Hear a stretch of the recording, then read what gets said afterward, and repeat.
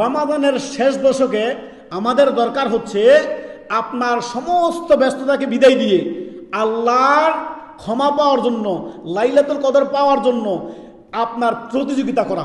শেষ দশকে কোরআন তেলাওয়াত দিয়ে, নেক আমল দিয়ে, দান সাদাকা দিয়ে, তওবা ইস্তেগফার দিয়ে, এইভাবে করে যাবতীয় নেক আমল দিয়ে আল্লাহর কাছে ক্ষমা চাওয়া এবং কি রাত্রি জাগরণ করা। রাসূলুল্লাহ সাল্লাল্লাহু আলাইহি সাল্লামের হাদিস, সহিহ বুখারী মুসলিমের হাদিস, বুখারীতে 2024 নম্বর হাদিস, মুসলিমে আসছে 1174 নম্বর হাদিস, আলী ইবনে আবি তালেব থেকে।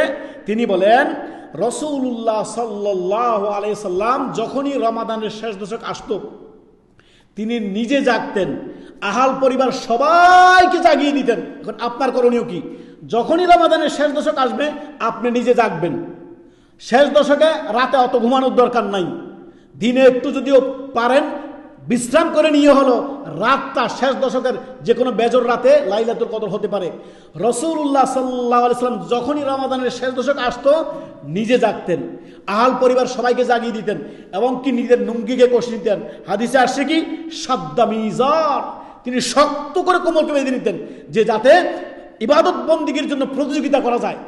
কেননা এই রমাদান মাসে আপনার শেষ দশকে উম্মুল মুমিনিন আয়েশা রাদিয়াল্লাহু তাআলা থেকে বর্ণিত, তিনি বলেন নবী সাল্লাল্লাহু আলাইহি সাল্লাম এত মেহনত পরিশ্রম করতেন, এত তিনি রাত জাগরণ করতেন, এত ইবাদত বন্দিগি করতেন, আল্লাহর ইবাদত বন্দিগি করতেন তিনি, সুবহানাল্লাহ, মা লা ইয়াজতাহিদু ফি গায়রিহি, তিনি অন্য কোনোদিন আমি দেখিনি রমাদানের শেষ দশকের মতো তিনি এত ইবাদত বন্দিগি বাড়িয়ে দিতেন। সুবহানাল্লাহ, সুবহানাল্লাহ। অতএব আপনার আমার করণীয় হচ্ছে রমাদানের শেষ দশক যখন আসবে, আপনার যারা প্রবাসী আছে নিজেদের বাড়িতে নিজেদের স্ত্রী পুত্রের খবর নেওয়া, নিজের আহাল পরিবারের খবর নেওয়া, যারা দেশে আছি নিজের স্ত্রী পুত্রকে নিয়ে রমাদানের শেষ দশকে নিজের আহাল পরিবার ছেলে মেয়েদেরকে নিয়ে আপনি ইবাদত বন্দিগিতে মশগুল থাকবেন। আপনি শেষ দশকটা অন্ততপক্ষে, কেননা এমন একটি রজনী শেষ দশকে রয়েছে, লাইলাতুল কদর খায়রুম মিন আলফি শাহর, হাজার মাসের থেকে উত্তম রজনী হচ্ছে লাইলাতুল কদরের একটি রাত, যে কোনো বেজর রাতে হতে পারে। সুবহানাল্লাহ,